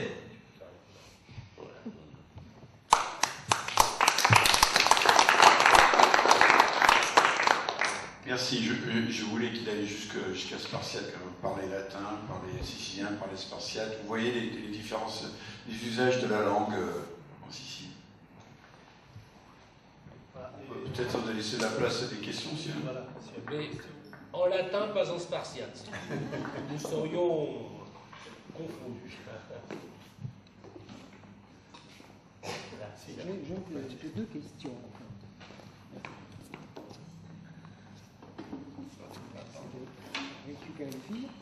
Voilà, j'ai deux questions.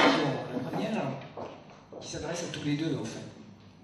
La première concerne un peu Camilleri, c'est-à-dire comment expliquez-vous, par exemple, le succès en France de Camilleri, mis à part la qualité de la traduction. Hein. Au-delà de la traduction, au-delà des solutions que vous apportez, pourquoi cet engouement pour Camilleri?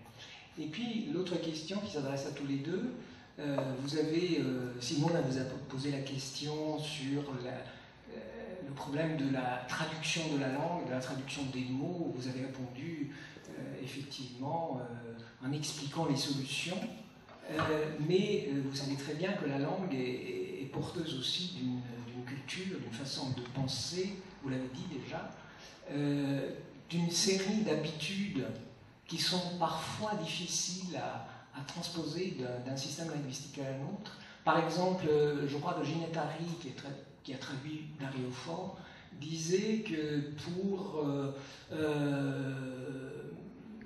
pour traduire certaines pièces de Dario-Fo, c'était très difficile de traduire la culture italienne, la référence à l'histoire, la référence à toute une série, à une forme de pensée. Alors, la question que je vous pose, c'est comment vous avez fait pour que le public français, le lecteur français, en vous lisant, en lisant votre traduction, puisse percevoir ou ne pas percevoir cette dimension culturelle qui est italienne, qui est sarde ou sicilienne.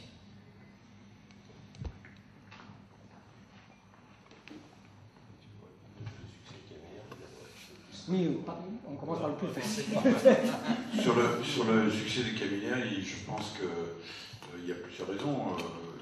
La raison, c'est d'abord que je crois qu'il y a un goût, un plaisir de feuilleton, c'est quelque chose d'assez universel.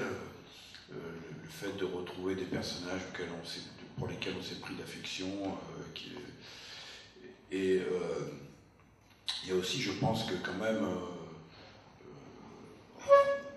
d'une manière ou d'une autre, j'ai réussi à faire suffisamment passer, et d'ailleurs je réponds en même temps à votre question, je pense que dans une traduction on perd toujours, de toute façon, d'une certaine manière on perd forcément, ne serait-ce que effectivement le fait qu'il y a des allusions, des références qui manquent forcément.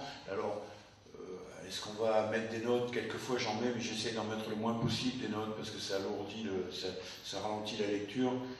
Les seules notes que je mets toujours, c'est des notes quand il y a des plats, je mets la recette, parce que les gens aiment bien, je sais d'expérience que les lecteurs aiment bien qu'on leur décrive des plats, qu'on leur explique ce que c'est que la pâte cachata, j'ai bien prononcé, une cachata.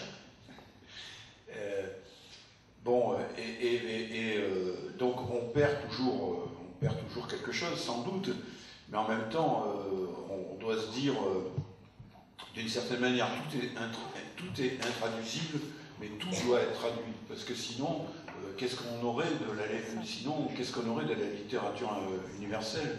Non, s'il n'y avait pas les traductions, on n'est pas des polyglottes, quel que soit le nombre de langues que vous arriverez à parler, vous n'en parlerez jamais assez pour pouvoir profiter, vous nourrir de la littérature mondiale. Donc heureusement qu'il y a des traîtres comme nous qui arrivent à faire passer quelque chose, une partie de la langue, voilà. C'est sûr qu'on doit faire... il y a une déperdition, mais il y a un enrichissement aussi. Je pense que,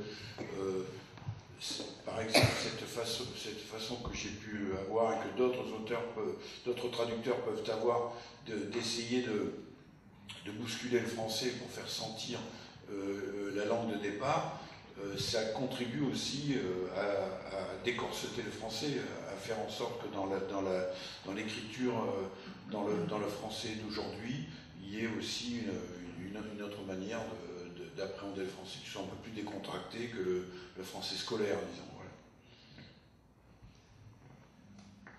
Par rapport le passage de l'italien en français, moi j'avais une expérience avant de traduire Atzeni et d'autres romanciers sardes, parce que j'en ai traduit d'autres qu'Atzeni, c'était l'expérience de la poésie et des grands classiques du XXe siècle italien que je lisais en italien et en français.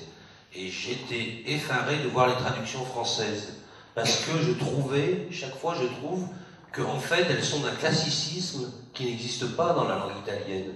Et il y a dans la langue même italienne de chacun de ces poètes un travail sur le langage, sur la langue, qu'on ne retrouve pas. Alors évidemment c'est très difficile de rendre ça en français, parce que ça veut dire, comme disait Serge, qu'il faut décorseter le français, bousculer un peu la langue. C'est ce que j'essaie aussi de faire avec Atzeni. Des fois, il y a des tournures qui peuvent paraître bizarres, mais bon, après, je répondrai pas pour fuir le problème, parce que c'est un vaste problème, par deux choses. Une, c'est celle que disait Atzeni, je ne sais plus exactement quelle était sa formule, mais il disait que pour qu'un roman existe, il faut que l'histoire fonctionne, que le lecteur pénètre dans cette histoire et s'y retrouve, la fasse sienne. Et je crois que pour que la traduction fonctionne, il faut qu'elle rende ce caractère au roman. Et après, je terminerai par... c'est pas pour me défausser, hein, mais parce que ça me donne l'occasion de dire ça et que c'est une belle chose. Parce qu'Atzeni était aussi un traducteur, un grand traducteur. Il traduisait du français, de l'anglais. Il a traduit, par exemple, Madame Dolto, la mère. Il a traduit des livres de Genette, pour dire dans la difficulté sémiologique, je dirais. Et aussi, c'était traducteur de Chamoiseau. Et donc, il était aussi poète, donc un petit recueil de poèmes que j'ai traduit, qui a été publié. Et Chamoiseau a fait lorsqu'Atzeni est mort, Chamoiseau a écrit ceci, et qui parle de la traduction.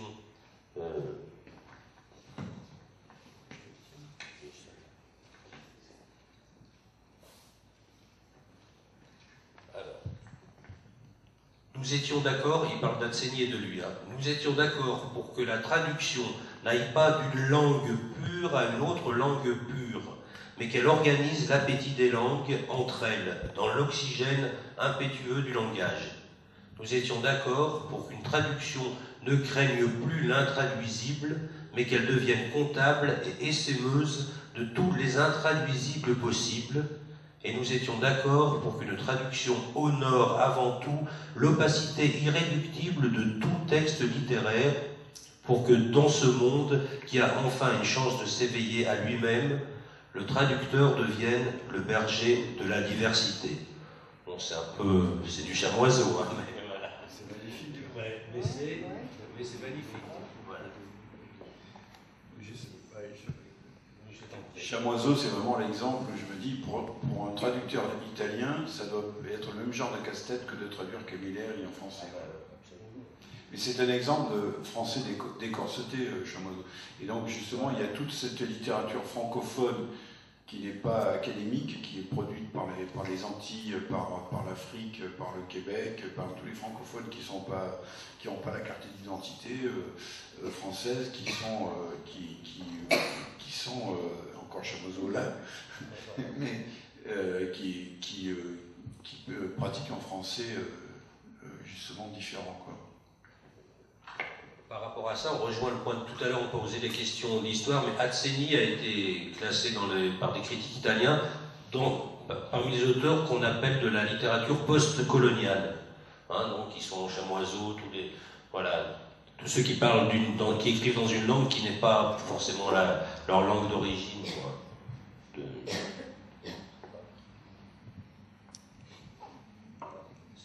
j'avais une question en fait. Le fait que vous ayez cohabité quelque part longtemps avec ces deux auteurs, Camilleri d'une part et Azzeni de l'autre, qu'est-ce que ça a changé dans votre propre travail d'écriture? Parce que vous êtes vous-même à votre tour écrivain.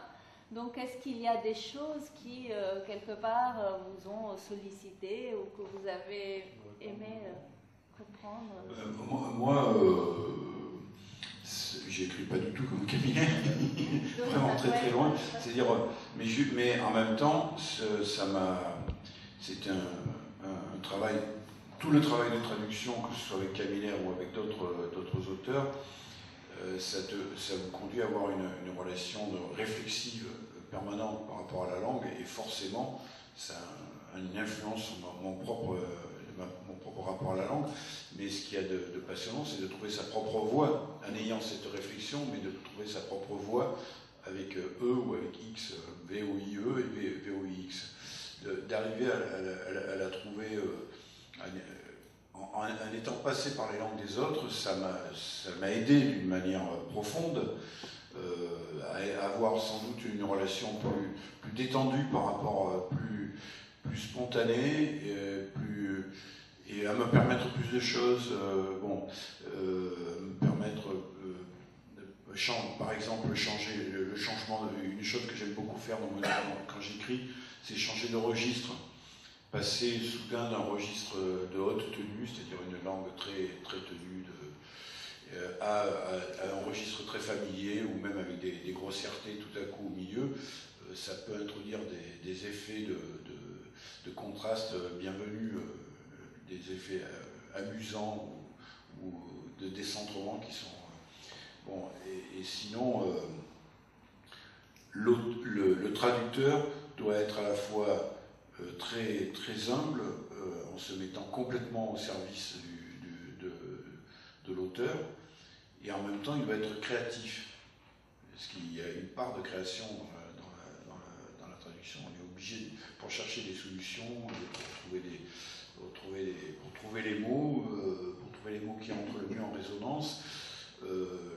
On peut apprendre quelques principes de base de la traduction, je pense, à l'université, mais une fois qu'on a passé son master de traduction, le plus dur reste à faire, à mon avis. Parce que la théorisation ne peut pas remplacer l'intuition. C'est-à-dire que dès qu'il y a une part de création, il y a une part d'inconscient. Et l'inconscient, par définition, on ne peut pas vraiment le théoriser à l'avance, quoi. Donc, et il y a toujours une rencontre. C'est comme les interprètes musicaux. Enfin, un violoniste qui joue du Mozart, c'est toujours du Mozart, mais c'est lui qui le joue, et il y a quelque chose de lui. Et que si c'est un grand musicien, on dira le Mozart de machin. Et donc un bon traducteur, on sent aussi son travail. Voilà. Ce sont deux activités qui sont très proches et très différentes en même temps, la traduction et l'écriture. Étant donné que jusqu'à présent je n'écris que de la poésie, donc pour moi je ressens pas tellement peut-être existe-t-il, même sans doute, inconsciemment entre mon travail de traducteur et mon travail de poète, sauf que quand je suis traducteur, je suis plus poète. Parce que quand je suis traducteur, ça veut dire que je m'imprègne d'un monde, d'un roman que j'ai lu et relu, que je connais presque par cœur, pour c'est ma façon de procéder, et je suis totalement dans ce travail de traduction, et c'est que quand ce travail-là est fini, que je reviens chez moi, pour ainsi dire. Vous voyez, c'est un peu... Je ne sais pas si je me suis fait comprendre. Oui? Oui, une dernière chose, c'est que quand on se confronte au livre d'un auteur, on se confronte pas seulement à sa langue, on se confronte aussi à la structure du livre, à la façon de poser le récit. Et on se dit, ah tiens, moi j'aurais pas coupé là, ou tiens, c'est génial de s'arrêter là et de ne pas en dire plus, ou c'est extraordinaire cette digression, cette liberté que l'auteur se donne de partir dans une digression alors qu'on attend qu'il nous raconte la suite. Bon, tout ce genre de choses-là, on est très très près du texte, on est très près de sa structure, donc on réfléchit tout le temps à la structure du texte, et ça aussi, ça nous nourrit, quoi. Juste, parce que moi, j'ai pas eu à écrire, mais l'histoire de la structure du texte est très importante, parce qu'en effet, je pense qu'une fois qu'on a découvert la structure du texte, on peut traduire. Et moi, c'est comme ça, j'ai trouvé tout ce qui fait que ça va tenir ensemble, ça peut fonctionner. C'est pour ça que je lis plusieurs fois avant de traduire. Je voulais dire, par rapport aux deux questions qui ont été posées, la raison du succès de Camilleri en France et comment la traduction arrive en français au travail d'écrivain. Je crois qu'une des raisons, pour mon expérience de lecteur de Camilleri, une des raisons de son succès, non seulement en France, mais dans le monde, parce qu'il a été traduit en je ne sais plus combien de langues, c'est le chinois. En France, c'est du succès, mais en Allemagne, il y a un succès phénoménal. C'est des centaines, en France, c'est des dizaines de milliers, en Allemagne, c'est des centaines de milliers. Oui, oui. Et je crois qu'une des raisons, c'est probablement la construction des histoires, qui sont des histoires bien ficelées, ça vient de son expérience de producteur et metteur en scène de théâtre, de lecteur de Maigret, entre autres, et la construction aussi des personnages, qui sont l'attachement. Et d'ailleurs, pour venir à la question de comment ça influence l'écrivain, j'ai remarqué que dans la disparition soudaine des ouvrières, il y a un personnage de Camilleri qui rentre dans ton livre. C'est un clin d'œil.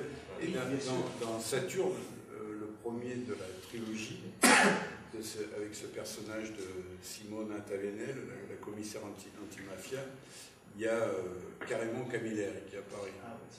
C'est-à-dire il y a des gens qui viennent le consulter. Vous avez pas bien entendu. Je disais que dans mes romans, les derniers romans, c'est aussi une liberté que je me suis accordée. C'est jusque-là, je voulais pas faire. Puis après, je me suis dit, après tout, ça m'amuse, pourquoi je le ferais pas? Et donc, j'ai introduit, puis ça avait un sens important, j'ai introduit il y a les 3 derniers romans que j'ai publiés, il y a des allusions à Camilleri. Et donc ces 3 romans forment une trilogie, mais qu'on peut lire chacun séparément. Ils sont une trilogie parce qu'il y a le même personnage qui réapparaît, enfin un personnage de commissaire qui réapparaît. Et dans le premier, il y a carrément Camilleri qui apparaît, parce que les gens, les parents de victimes d'un attentat vont le consulter, vont discuter avec lui pour lui dire qu'ils ont besoin de son aide, comme il arrive aujourd'hui. Et dans le deuxième, il y a carrément un personnage des romans de Camilleri, le médecin légiste qui est toujours en colère et qui s'engueule tout le temps avec Montalbán qui apparaît. Mais je ne sais même pas si je dis son nom, enfin. Si je dis son nom. Et donc, voilà, bon, c'est des enfants, des clins d'œil, et en même temps, ça tombe bien dans l'histoire.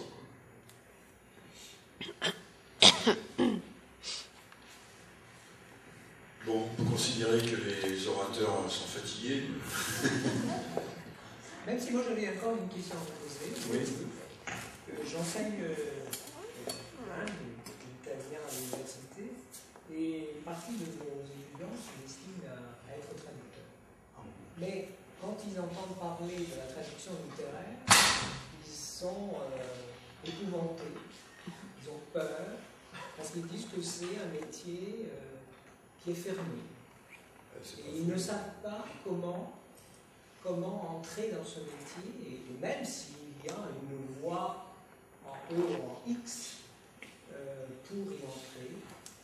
Et alors, ma question est, qu'est-ce que vous conseilleriez à ces jeunes? Et comme directeur de collection, je reçois tout le temps des CV, et c'est vrai que je me fais un devoir, je m'oblige, parce que je trouve que c'est normal, quoi.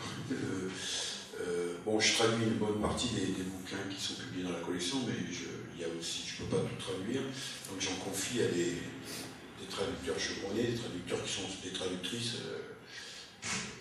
Il se trouve que les traducteurs que j'ai sont tous des traductrices.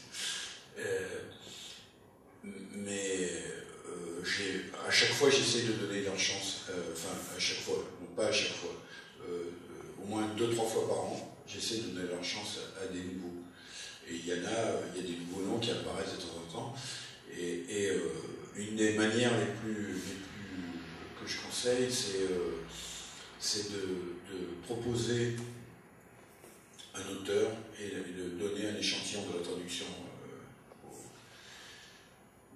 aux gens à qui on veut la proposer. Et puis, comme ça, ils peuvent juger sur pièce. Mais dans ces cas-là, il y a des choses très matérielles à faire. Il faut renvoyer la photocopie ou du texte italien et faire en sorte que je puisse comparer, parce que des fois on m'envoie des traductions mais je ne sais pas l'original, alors je leur dis écoutez, oui, dans ce cas-là, demandez à l'éditeur italien de m'envoyer le bouquin. De toute façon, j'ai aucune difficulté à voir, c'est pas ironique, parce que j'ai aucune difficulté à voir les bouquins italiens, parce que la collection en bibliothèque italienne, sans fausse modestie, est bien connue en Italie, et que les gens sont très contents, parce que quand on voit le catalogue des auteurs qui sont publiés, qui sont des auteurs qui sont de haut niveau, les gens sont bien contents à l'idée que éventuellement leurs bouquins seront traduits dans cette collection. Donc, une des choses que peuvent faire des gens, c'est de me dire ah tiens, parce que moi je suis tout le temps en quête d'auteurs. En même temps, on en publie 3 ou 4 par an, donc on publie 3 ou 4 titres par an, donc je ne peux pas en publier trop. Et puis, dans les auteurs, il y a des auteurs qu'on suit, donc forcément, chaque fois qu'il y a un nouvel auteur qui rentre, ça fait moins de place pour les autres, donc voilà. Mais j'essaie toujours à la fois de faire rentrer des nouveaux auteurs et des nouveaux traducteurs, parce que de faire de la place aux jeunes, donc voilà, mais parce que c'est aussi une position politique. Je trouve qu'on est dans une gérontocratie insupportable, qui est la façon dont les jeunes sont traités aujourd'hui, contrairement, d'un côté on les traite, je me permets une digression, d'un côté on les traite, on est dans le jeunisme complet, la seule image de la beauté ou du dynamisme ne peut venir que de la jeunesse, et de l'autre côté on les traite comme des chiens quand il s'agit de travailler, entre les stages pas payés et le fait qu'ils sont sous-payés de toute façon quand ils arrivent sur le marché du travail, et que toutes les positions de pouvoir sont occupées par des gens de mon âge. Je suis très conscient de cette situation et que j'essaye à mon niveau d'y intervenir. Et je peux juste une dernière, je sais que vous êtes fatigué. Je voulais juste savoir, est-ce que ça vous est arrivé aussi de devoir parler avec l'auteur et que parfois de toute façon il peut y avoir des contrastes ou des discussions autour de la traduction? Est-ce qu'il peut y arriver ça ou pas? Est-ce que l'auteur, si vivant, vous laisse traduire de toute façon dans une autre langue? Moi, les auteurs que j'ai traduits à Parazzini, qui sont de nos vivants, c'est Francesca Labat, Luciano Marocco et Flavio Soriga. si j'en oublie. Non, jusqu'à présent, quand j'ai un doute, je leur pose une question par mail, et après, et eux, ils me répondent assez évasivement. Hein, ils me remettent sur la voie, je leur fais plusieurs propositions. Je leur indique plusieurs voies, plusieurs directions dans lesquelles je pourrais aller, et à partir de ça, non, ils me laissent totalement libre de la traduction. Il faudrait qu'ils parlent très bien le français, et la plupart du temps, ils ne parlent pas assez bien le français pour pouvoir juger de la traduction. Ils annoncent une salle après par... Bon, c'est une mésaventure qui est arrivée à des auteurs qui n'ont pas été traduits par moi et qui me l'ont raconté ensuite. Et après, on leur apprend, on leur dit tiens, mais il y a un truc bizarre et ils découvrent à ce moment-là qu'il y a une erreur dans l'introduction. Mais moi, j'hésite jamais à demander des explications si j'ai pas compris. Alors, c'est aussi une erreur des traducteurs débutants, c'est qu'ils n'osent pas demander aux auteurs parce qu'ils ont peur qu'on les croit incompétents. On n'est pas censé avoir une science totale et universelle, il ne faut pas hésiter à demander des explications, et les auteurs sont bien contents quand on leur demande des explications. Donc, comme ça leur évite des mésaventures qui est arrivées à Biondil, où quand il y a un personnage qui téléphone pendant un défilé, il dit « mais qu'est-ce que je fous là, c'est tous des riccioni ». Et lui, il a compris, et le traducteur a compris que ça veut dire qu'il a traduit par des gros richards. Alors que riccione, ça veut dire pédé, quoi, s'il faut les traduire. Voilà. Donc, c'était tout comme ça. Là. Et si le traducteur avait pris la peine de demander, au lieu d'essayer de deviner, ah oui, ça aussi c'est un conseil que je donnerais absolument aux apprentis traducteurs, ne jamais chercher à deviner. Voilà. Parce que l'italien est plein de faux amis, donc il ne faut pas se dire ah ça, je ne connais pas ce mot, mais ça doit vouloir dire ça, ça ressemble au mot français. En plus, si ça ressemble au mot français, il y a une chance 3 chances sur 4 que ce ne soit pas le sens du mot français. Voilà, donc, j'ai juste 2 anecdotes qui sont un peu drôles par rapport à ça. Un des auteurs que je traduis, sa mère était italienne, était prof de français. Et un jour, il m'a dit, et j'ai cru que c'était une plaisanterie, il m'a dit, ma mère m'a dit que tu écrivais mieux que moi. Alors j'ai laissé passer ça, c'est Francesco. Puis un jour, c'est revenu, je dis, mais pourquoi tu me dis, mais je t'assure, c'est vrai, sa mère qui est prof de français, donc lit l'italien et le français, bon ça. Et un jour, récemment, un jeune auteur qui a écrit Black South, un jour sans immigrés, et voilà, que j'ai traduit, me dit ah, j'ai fait dire ta traduction à un pote, je crois que c'est Valerio Magrini, qui est à l'université de Rome, et il m'a dit que c'était un très bon travail. Et je pensais que tu allais faire lire la traduction pour savoir. Ah, c'est bien. Ils ont fait un film aussi de ça. Comment? Ils ont fait un film. Oui, mais qui d'après l'auteur, ne suit pas trop le bouquin. Ouais.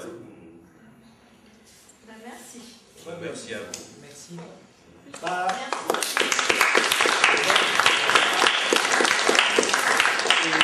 On continue le rendez-vous demain à 17h30. si vous voulez savoir ce qu'on écrit nous, en particulier, vous pouvez venir demain à 17h30 à la librairie Totem.